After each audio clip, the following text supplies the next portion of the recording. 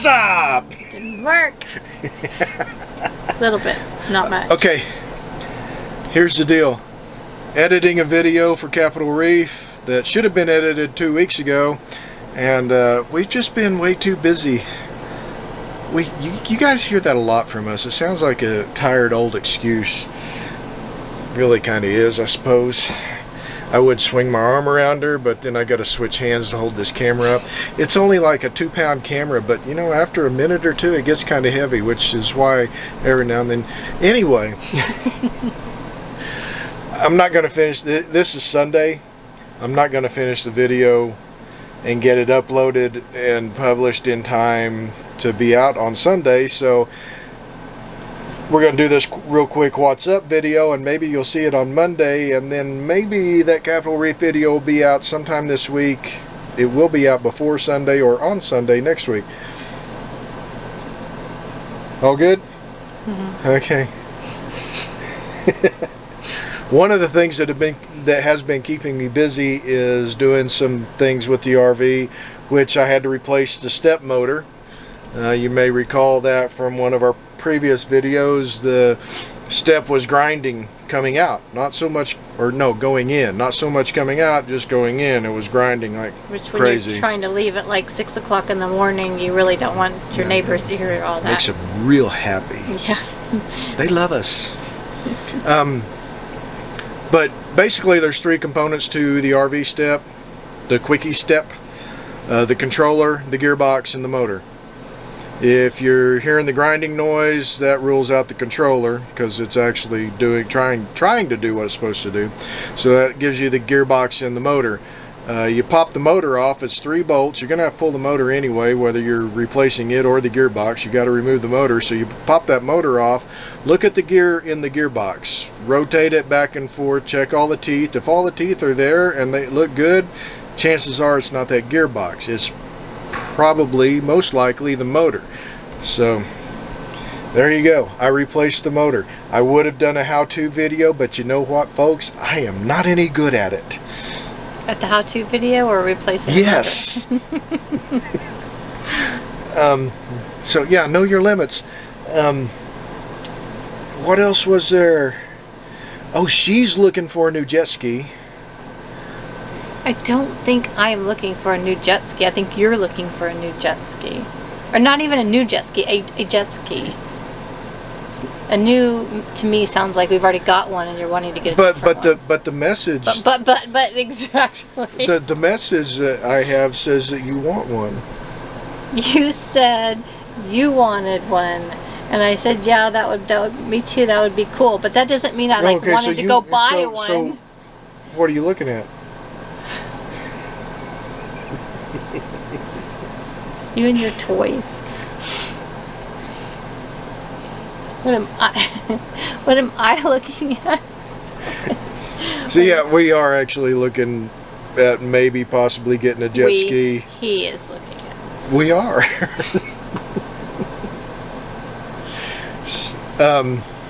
Within 3 days of the idea going through his head, I promise you he has watched every video on the internet. He knows every kind of thing with wheels to cart it around. He knows everything about it within 3 days, maybe less. I like to do research, which apparently some people don't like to do research, and they show up at national parks without a reservation. Ooh, that was a nice segue. Thank you very much. You know, not all national parks require a reservation, but it is a very, very good idea, especially in 2021, to go to NPS, the National Park Service website. nps.gov, I believe, is the website. Pardon the AC, it's hot in here. You guys will have to get over it. Go to the website, find the national park you plan on visiting, and check to see if there are special requirements for entry into that specific national park.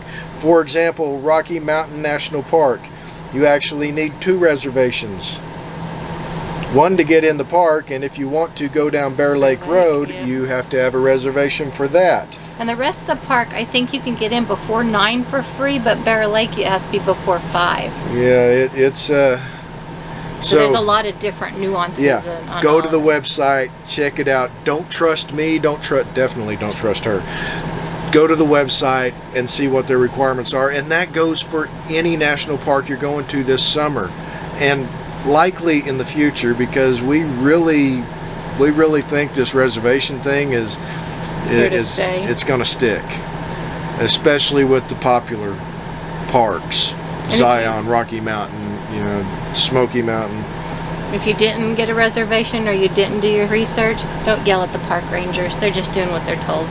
Yeah, that's you know, there's been stories of people driving for 2 days to get to a national park and then sitting in line for 2 more hours and getting to the toll booth and finding out that they can't go in because they don't have a reservation. They're understandably frustrated, but don't not take the it out. ranger's Yeah, fault. don't take it out on the park ranger. He just reads the rules. He doesn't make them. And they probably didn't even give him a raise to get yelled at all summer this year. Either. Now all of a sudden they turn out to be Walmart employees, right. getting yelled at every turn.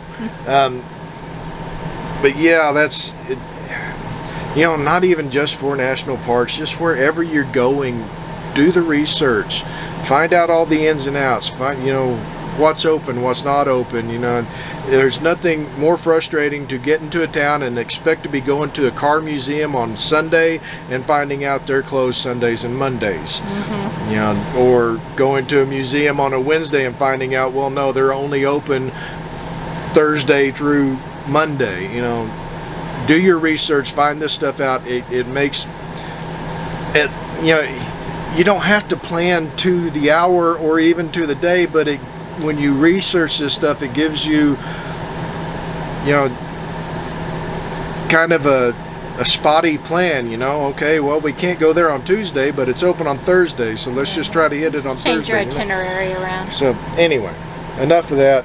Oh, she's going to hold the camera for a second. I've got little bitty arms. Yeah, I see that.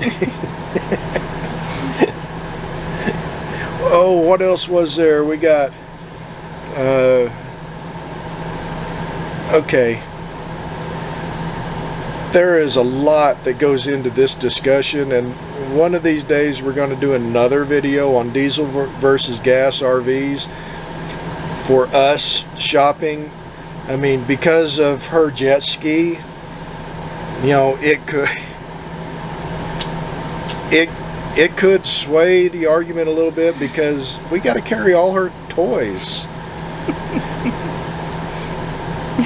I mean, this girl, her toys and her shoes. So, we made shoes. So, the Jeep is mine. The motorcycle is mine. Oh. Well, you guys know how that works. His voice broke. My Jeep, my motorcycle. But I am going to do a little experiment that hopefully within the next few weeks. The shocks on our rig right now, it's 4 years old, almost 50,000 miles on this rig, and the shocks they have gone from terrible to really, really, really, really bad. They're Bilstein shocks. I've never liked them. They are that's what comes on this chassis stock. I've never liked them. And now with this many miles on them, starting to feel it. So I'm going to buy some upgraded shocks at Koni, K-O-N-I. Don't jump me over the pronunciation, because if they want me to pronounce it right, they'll put it next to their name, the pronunciation. But they're supposed to be substantially better than the Bilstein shocks, and if it does smooth out the ride like, you know, everybody says they're supposed to do, that may, you know, tilt the scales a little bit back towards the gas motorhome, because I'm not opposed to modifying a vehicle to make it right. I mean, come on, I've got a Jeep, okay? So, but then again, there's the other factors with, you know, if we get a diesel, we can tote more. But anyway, just random thoughts on our gas versus diesel You know, we're still, I don't think the market's quite ready for us to buy an RV yet. They're still, oh my gosh, I mean, the dealerships around here in Oklahoma City, and a lot of the dealerships we passed by when we were out on vacation, not a whole lot of stock. Yeah, it's spread out though, so you try to try to make it look like there's more stock. It's a good time to go. Notice that when you're driving by, it's pretty funny. Yeah, it's a good time to go look at them because you can actually see them. Well, except there's none there to look at. I mean, because usually they're parked so close together, the slides are almost touching, and now almost be careful when you open the door that you don't hit one. Now you could park a 1-ton truck in between these things. It's just like they're trying to make it look good, but. And there's a dealership south of town here that we have visited before, didn't really care for a whole lot, so maybe I'm just being a little biased, but they have a lot of campers on their lot, and for me that just kind of screams they're asking too much for what they have, because nobody else has any. It's like new cars right now. You're paying over MSRP if they have them in stock. Imagine the same thing is going for the campers. Boat sales, I found out, are up 12%. So all this campers, boats, all this outdoor stuff, you people need to go back inside and play video games, okay? That's just, I mean, we drove, but we were cruising. Get off our lawn! Yeah, please. Yeah. We have stayed at Lake Murray State Park 2 or 3 times since we got back from Utah. I think we've been back from Utah 3-4 weeks. We haven't recorded any of it because, I mean, folks, I know you guys have seen enough of Lake Murray. It's our favorite haunt, and we have recorded it. It just, I know, you don't want to see more of Lake Murray unless you go there. The neighbors enjoyed it this time because they got to watch the dogs out on the board, and they said they enjoyed watching the dogs out on the boards, paddling. Yeah, we took the paddle boards out. You know, we've been having fun at the lake, but it has been packed and hot. I don't know how it's so packed when it's so hot. I mean, tent campers, everybody. I mean, all the sites are filled up. We cruised drove across the dam the other day, and just one shot, there was probably 15 boats out on the water. And jet skis. Which is what put that idea in his mind. Maybe. In your mind. Yeah, too late. Yeah, it is busy out there. Difficult to get reservations. We weren't going to go camping this last weekend because we got plenty to do, and we'd been the weekend before, but a site popped open Wednesday night. So since we don't know if or when we'll be able to go, because everything is as of right now, everything is booked between now and the middle of August when we go to Colorado. So when something pops up, we snag it because we don't know if we're going to be able to go again until we head out to Colorado. And that's just insane, y'all. That's just insane. It is crazy. Considering not too long ago, you could pull up there on a Friday night without a reservation and get an open site. We did that a lot. Yeah. That's the way we used to operate, but not anymore.